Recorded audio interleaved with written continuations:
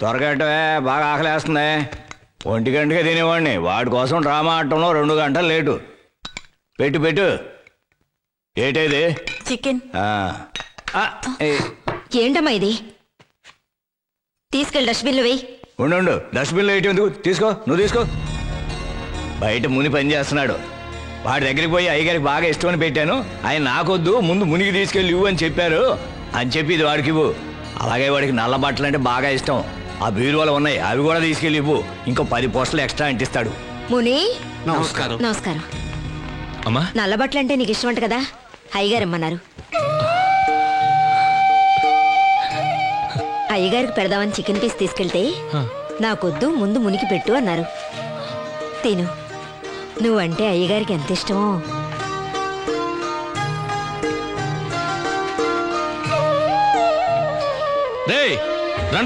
రండి అన్న, నా కోసం పంపించాడు చికెన్ పీస్. ఈ చొక్క ఇది కూడా నాకే. అవునా? దాన్ని జేబులో పెట్టుకుంటావు? మా అన్న పంపించాడన్న విషయం మీకు తెలుసు. ఊర్లో అందరూ నమ్మాలిగా. నా కూతురు నమ్మాలిగా. ముని మళ్ళీ కృష్ణమూర్తితో చేతులు కలిపాడా? అలా జరిగి ఉండదు. బాగా కనుక్కున్నావా? ఎప్పటి నుంచి ఇదంతా? పోయింది, అంతా అయిపోయింది. ఏమంటున్నావు ముని? కృష్ణమూర్తి చాలా మంచోడు, పైగా మనూరోడు. మనూరికి మంచి చేయాలని అతనికి ఉంది. పైనుంచి డబ్బు రాకపోతే అతను మాత్రం ఏం చేస్తాడు పాపం? ముని, నీకు కావాలంటే చెప్పు.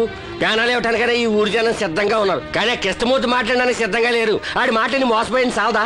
పోయినసారి ఆయన గెలిపించినప్పుడు ఇల్లు కట్టిస్తాను, రోడ్లే ఇస్తాను, నీటి కూడా పెట్టిస్తానని చెప్పాడు. ఏ ఒకటనే చేశాడా? అది కూడా వదిలే.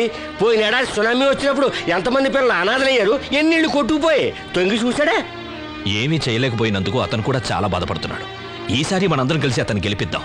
తప్పకుండా మన ఊరికి మంచి చేస్తాడు. సరే, ఇంత ఖచ్చితంగా చెప్తున్నావు కదా, ఈసారి కూడా ఆయన గెలిపించాక ఏమీ చెయ్యకపోతే? అందరూ మన కులదైవ మునీశ్వరుడి గుడికి రండి, అక్కడ చెప్తాను.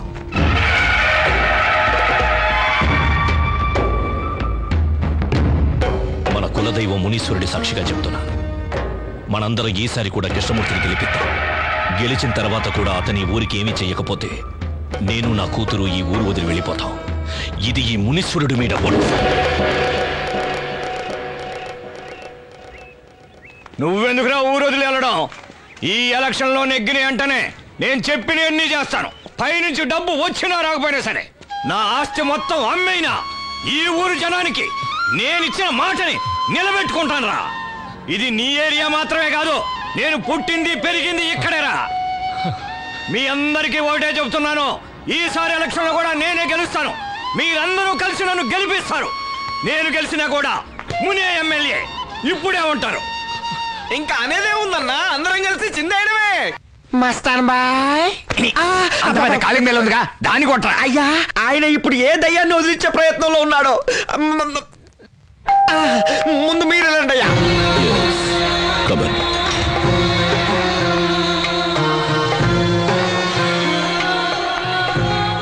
నమస్తే మస్తాన్ భాయ్. నమస్కారం. చెప్పండి. చెప్తాను భాయ్, అంతా వివరంగా చెప్తాను.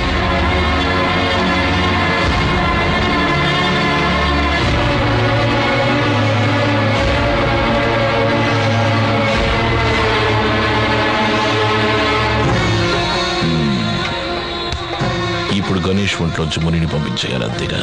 గణేష్ ఒంట్లోంచి పంపిస్తారు, కానీ వాడు ఇంకొకరు ఒంట్లో దూరి నన్ను చంపడన్న గ్యారంటీ ఏంటి?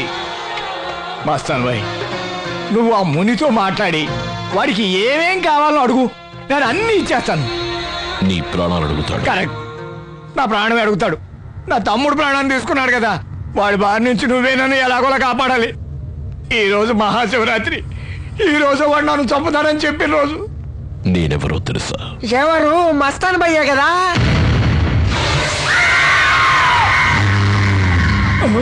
వాడు పక్క రూమ్ లో ఉన్నాడా?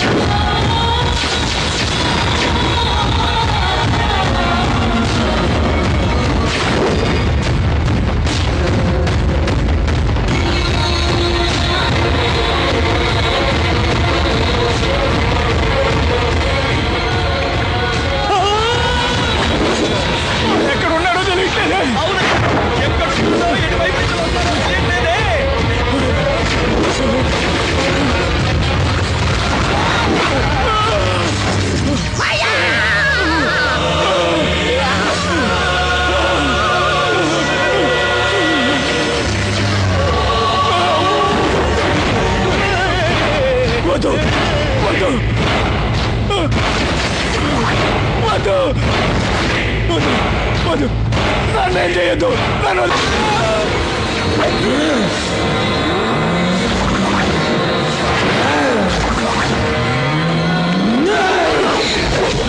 సరే ఈ సమయానికి వచ్చామాయి వాడు వదలతో వాడు చంపి పట్టుకుంటాం.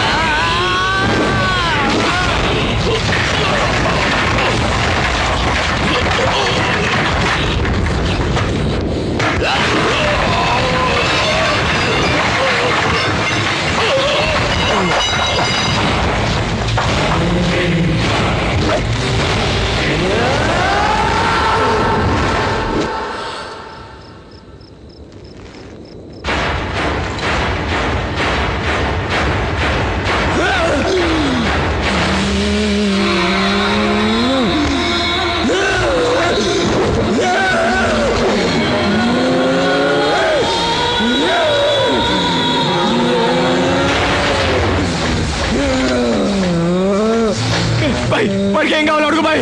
వాడు ఏం కావాలన్నా ఇచ్చేస్తాను. అయ్యో నన్ను చంపేసేలా ఉన్నాడు. అడుగు బాయ్. చెప్పు అసలు నీకేం కావాలి? నీకేం కావాలి? చెప్పు నీకేం కావాలి? వాడు మాకు చేసిన అన్యాయాలన్నింటినీ మా ఊరి జనం ముందు ఒప్పుకోవాలి. అంతేకాక అమాయక ప్రజలకి మంచి చేస్తానని మోసం చేశాడే అవన్నీ చెయ్యాలి. అది ఈ రోజే చెయ్యాలి. ఎందుకంటే ఈ రోజు మహాశివరాత్రి.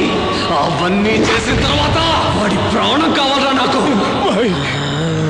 నువ్వు అడిగినవన్నీ ఇతను చేస్తాడు, కానీ ఇతని ప్రాణాలు తీయడానికి వీల్లేదు. నువ్వు చెప్పిందల్లనే చేస్తాను. నన్ను వదిలేయమని. నీ ఊరి ప్రజలకు మంచి జరగాలి అంటే నేను చెప్పిన విను. వాళ్ళ మీద నీకు నిజమైన ప్రేమ ఉంటే ఇతన్ని ఇతన్ని నువ్వు చంపాలని ప్రయత్నించావు, నేను నిన్ను నాశనం చేస్తా. దీని శక్తి ఏమిటో నీకు తెలుసు కదా. ఇతన్ని చంపను. ప్రమాణం చెయ్యి. చెయ్యను. ప్రమాణం చెయ్యి. అమ్మయ్యా. రా, మీ ఊరికి వెళదాం.